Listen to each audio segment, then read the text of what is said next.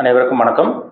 இன்னைக்கு நம்ம இந்த பதிவில் பார்க்க போகிற தலைப்பு டிசம்பர் மாத ராசி பலன். டிசம்பர் மாத ராசி பலன் பற்றி தான் இந்த பதிவில் நம்ம தெளிவாக பார்க்க போகிறோம்.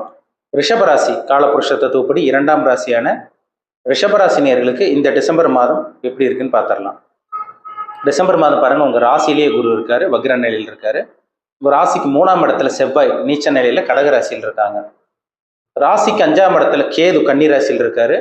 ராசிக்கு 7ஆம் இடத்துல சூரியன் புதனும் விருச்சக ராசியில சஞ்சரிச்சுட்டு இருக்காங்க. 8ஆம் இடத்துல சுக்கிரன் தனுசு ராசியில் இருக்காரு. 10ஆம் இடம் கர்மஸ்தானத்துல தொழில் ஸ்தானத்துல சனி கும்ப ராசியில் இருக்காரு. 11ஆம் இடமான லாபஸ்தானத்துல ராகு மீன ராசியில சஞ்சரிச்சுட்டு இருக்காங்க. இதுதான் டிசம்பர் மாதம் 1ஆம் தேதிக்கு உண்டான கிரக நிலைகள். டிசம்பர் மாதம் 2ஆம் தேதி சுக்கிரனோட பயிற்சி நடக்கும். டிசம்பர் மாதம் 15ஆம் தேதி சூரியனோட பயிற்சி நடக்கும். டிசம்பர் மாதம் 28ஆம் தேதி மறுபடியும் சுக்கிரனோட பயிற்சி நடக்கும். டிசம்பர் மாதம் 7ஆம் தேதி பாருங்க, செவ்வாய் வக்ரமாகும். செவ்வாய் வக்ர நிலையில் இருப்பாரு. அப்போ இந்த மாதம் எப்படி இருக்கும், ரிஷபராசினியர்களோட லைஃப் வாழ்க்கை எப்படி இருக்குன்னு இந்த பதிவில் பார்த்துடலாம். உங்க ராசிநாதன் சுக்கிரன் பாருங்க 8ஆம் இடத்துல. உங்க ராசிநாதன் சுக்கிரன் 8ஆம் இடத்துல மறைஞ்சிருக்காரு.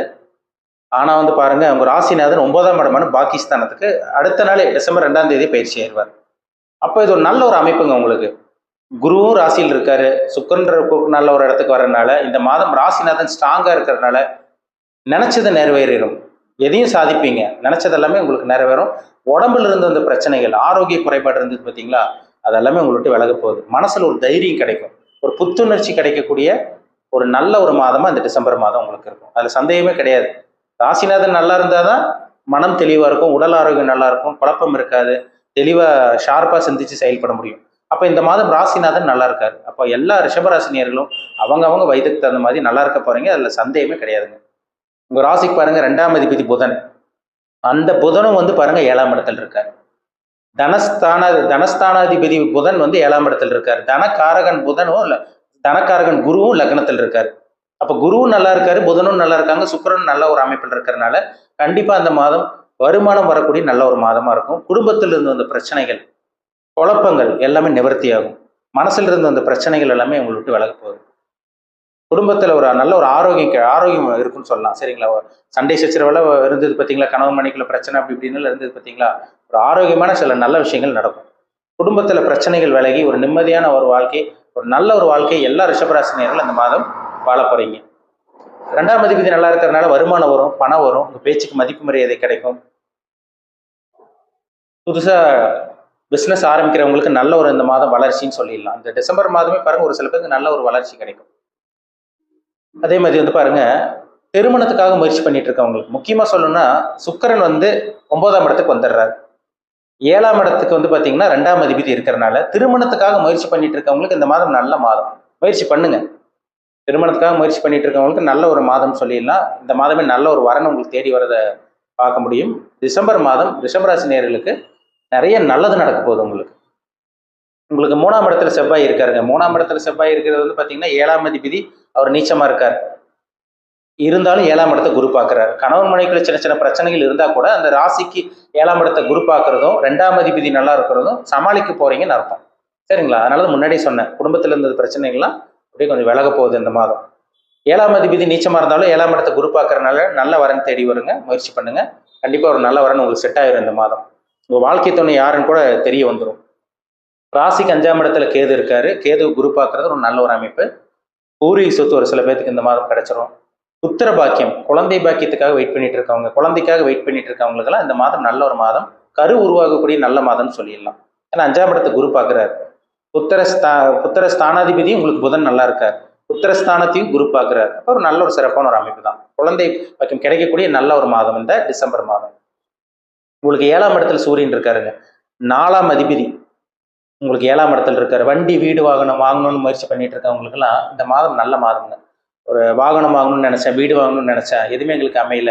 ஒரு ப்ராப்பர்ட்டி வாங்கணும்னு நினைச்சேன், ஆனா எங்களுக்கு செட் ஆக மாட்டேங்குது, சார் டைம் ஒத்து வர மாட்டேங்குது, கையில பணம் இருக்கு வாங்க முடியல, இந்த மாதிரி ஒரு சில பேர்லாம் சொல்றீங்க. ஆனா இந்த மாதம் கண்டிப்பா வீடு வாகனம் சொத்து சேர்க்கைக்கு உண்டான ஒரு மாதம் இந்த டிசம்பர் மாதம் சொல்லிடலாம். நல்லா இருக்கு இந்த மாதம் உங்களுக்கு. ஒரு ராசிக்கு பாருங்க 10ஆம் இடத்துல சனி இருக்கார். சொந்த தொழில் பண்ணிட்டு இருக்கவங்களுக்கு நல்ல ஒரு வளர்ச்சி இருக்கும். முன்னேற்றம் இல்லைங்க சார், வளர்ச்சி இல்லை, வருமானம் இல்லை, பணம் பற்றாக்குறையா இருக்கு, கடன் அதிகமா இருக்கு, கடன் கழுத்தை நெரிக்குது, வாழ்வா சாவாங்கிற மாதிரி எங்கள் வாழ்க்கை போயிட்டு இருக்குன்னு சொல்லிட்டு இருக்கவங்களுக்குலாம் இந்த டிசம்பர் மாதம் பாருங்க, கண்டிப்பா சொந்த தொழிலில் முன்னேற்றம் வளர்ச்சி இருக்கும். அதே மாதிரி வேலைக்கு ட்ரை பண்ணிட்டு இருக்கவங்களுக்கு இந்த மாதம் நல்ல ஒரு வேலை கிடைச்சிரும் உங்களுக்கு. 11ஆம் இடமான லாபஸ்தானத்துல ராகு இருக்கார். ராகு இருக்கிறது நல்லது, லாபங்களை கொட்டி கொடுக்க போறாருன்னு அர்த்தம். நீங்க எந்த ஒரு வியாபாரம் பண்ணிட்டு இருந்தாலும் சரி, பிசினஸ் பண்ணிட்டு இருந்தாலும் சரி, இந்த மாதம் வியாபாரம் கைக்கூடி வரும். வியாபாரத்துல லாபத்தை பார்க்க போறீங்க. சொந்த தொழில் ஆரம்பிக்க முடியாம இருக்கவங்களுக்கு சொந்த தொழில் ஆரம்பிக்கக்கூடிய இந்த வாய்ப்பு உருவாக போகுது. நல்ல நேரம், நல்ல ஒரு காலகட்டம் தான் இந்த காலகட்டம். சரிங்களா? 2ஆம் திருமணத்துக்காக முயற்சி பண்ணிட்டு இருக்கவங்களுக்கும் இந்த மாதம் 2ஆம் திருமணம் வெற்றிகரமாக உங்களுக்கு சக்ஸஸ் ஆகும். நல்ல ஒரு வரன் தேடி வரதை உங்களால் பார்க்க முடியும். டிசம்பர் மாதம் 15ஆம் தேதி சூரியன் பாருங்க 8ஆம் இடத்துக்கு மறைகிறார். சூரியன் வரும் ராசிக்கு 8க்கு மறைகிறதுனால இந்த மாதம் 15ஆம் தேதிக்கு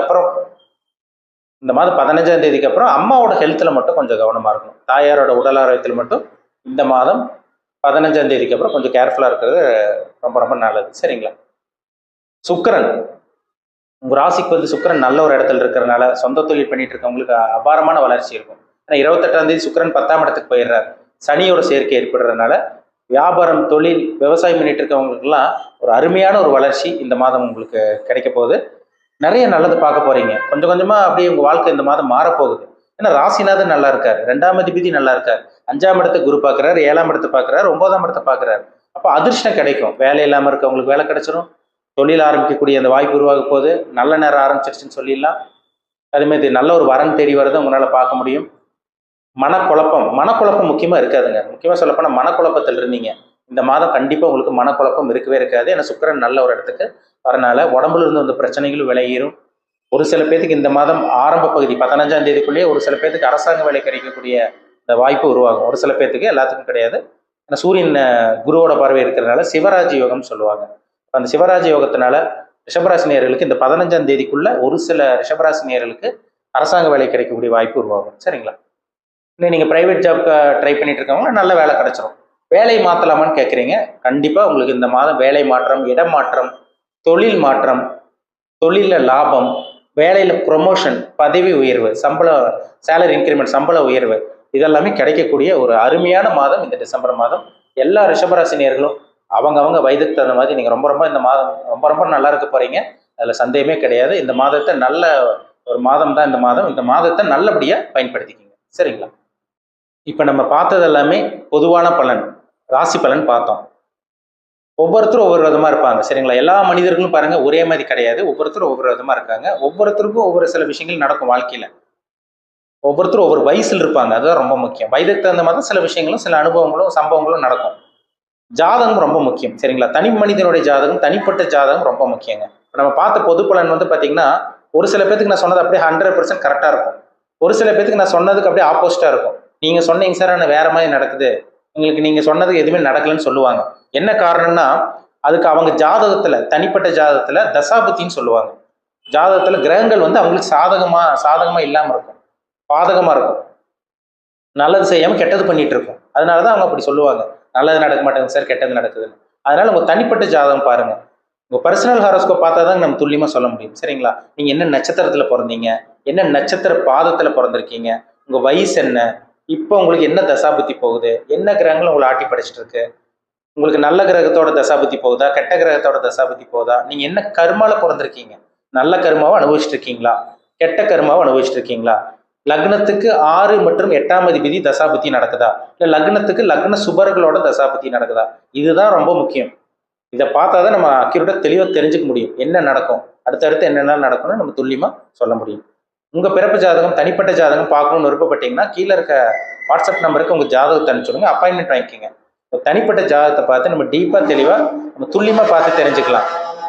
இனிமேல் என்ன பண்ணலாம், என்ன பண்ணக்கூடாது, இனிமேல் உங்கள் லைஃப்பில் என்னெல்லாம் நடக்கும், பிஸ்னஸ் ஆரம்பிக்கலாமா வேண்டாமா, வேலைக்கு தான் போகணுமா, ப்ரொமோஷன் எப்போ கிடைக்கும், எப்போ சேலரி இன்க்ரிமெண்ட் கிடைக்கும், எப்போ நீங்கள் செட்டில் ஆக போகிறீங்க, எப்போ திருமணம் நடக்கும், எப்போ புத்திர பாக்கியம் கிடைக்கும், எப்போ சொத்து வாங்குவீங்க, வெளிநாட்டு பிரயாணம் உங்களுக்கு சக்ஸஸாக ஃபெயிலியரா, வெளிநாட்டு செட்டில் ஆக முடியுமா முடியாதா, நல்ல நேரம் எப்போ, கெட்ட நேரம் எப்போ ஆரம்பிக்கும், எல்லாமே அவங்கவுங்க ஜாதகத்தை பார்த்தா நம்ம அக்யூரேட்டாக தெளிவாக சொல்ல முடியும். சரிங்களா? ஜாதகம் பார்க்க விருப்பப்பட்டீங்கன்னா பார்த்துக்குங்க.